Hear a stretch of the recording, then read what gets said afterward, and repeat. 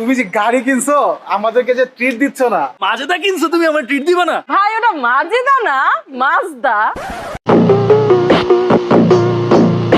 আবার তুমি আলাদা করে খাবা? Yes, কি খাবা? আমি খাবো pizza, meat box, momo. Momos. Yeah. মানে কি ভাই? এই যে সবাই আমি- আমি আছি না? ডিফারেন্ট আলাদা আলাদা কইরা আমি খামু তো। কি খাবা? ভুলে গেছি।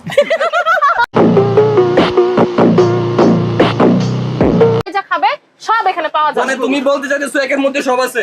অল ইন ওয়ান, সব আছে। Pizza, pasta, momo, meat box, Chinese, waffle, burger. আরে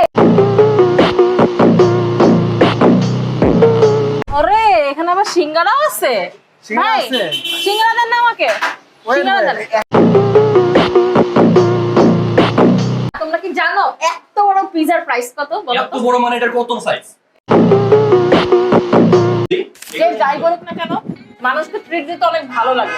আর যদি অল্প টাকায় বাজেট ফ্রেন্ডলি খাবার পাওয়া যায় আর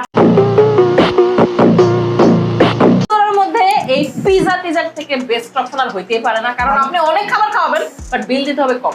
আমি একটু পরে বলবো বিল কত আসছে।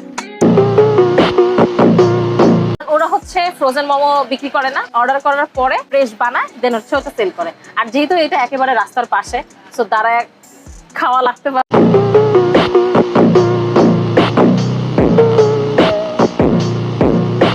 আসতে পারে। বসার জায়গা খুবই সামান্য, হয়তো বা দেখা যাবে যে আপনি বসতেও পারতেছেন না বিকাল টাইমে যদি আসেন। আর শুক্র শনিবার দিন তো একটু তুলনামূলক বেশি ভিড় থাকে বিকালে এবং সন্ধ্যার পরে।